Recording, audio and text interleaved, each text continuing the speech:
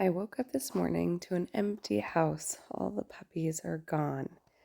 I've had a couple questions over the last few days, so I just wanted to answer those on here in case anybody else was thinking the same thing.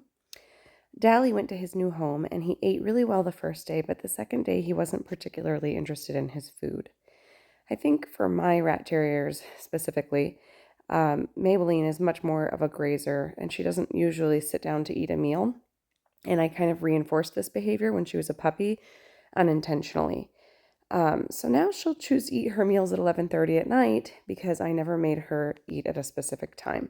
It really is in your best interest to have a schedule with your puppies to feed them 2 or 3 meals a day at the same time. And if they don't want to eat their meal, try putting them in their kennel.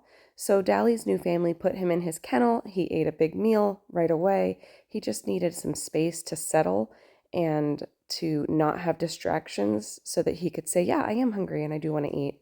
So there's a lot going on with the puppies for the first few days. They're trying to learn a new schedule. And you really want to be careful to only reinforce positive behaviors and not unintentionally reinforce negative behaviors. So what I mean by that is your puppy's going to need a lot of time to sleep. They sleep 16 to 20 hours a day. They need to be able to settle. You should be able to walk around your house with your puppy in the X pen connected to the crate, and your puppy should be able to just relax and settle down in the crate. But if every time your puppy whines because it wants to be with you, you pick the puppy up, that is reinforcing the behavior that if I whine, my parents will pick me up.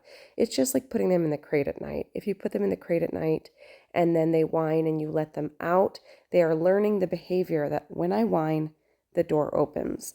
And so this is a behavior that you're reinforcing because in a puppy's mind, it is action and reaction. So if your puppy is biting your arm and you pull your arm away and you give them a chewy or a toy to replace your arm, it reinforces in the puppy's mind that when I bite my mom, she gives me good things. So we have to be really careful with the things that we're reinforcing for our puppies and try to only reinforce the good behaviors and not the bad behaviors. I emailed you guys a bunch of links for some training games, which I think will be super helpful for you guys. Learning to have a steadfast recall is at the top of the list when you have a terrier. You really want to make sure that when you call them, they come. So play some of these games with your puppies. If you guys have any questions about anything going on with the puppies, please feel free to email or shoot me a text or even call me. I'm always around. So those were a couple of things I wanted to touch on. I also sent an email. Okay, so I really believe that positive training is the best training for any dog. There are no research studies that show that using aversives or punishments types of training are beneficial, but there are a lot of videos that show that it really is detrimental.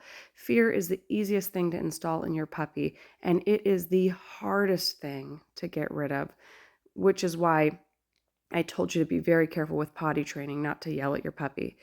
But I did include a video at the very end about biting that I think is pretty functional. And while it may seem like it's an aversive, I tried it with one of the puppies and it didn't seem to have any negative effect. So if taking your puppy's biting end and pointing it away from you is not working while they're biting, they probably need a nap. But you try this other method and let me know what you guys think. I hope you guys are having a great day with your puppies.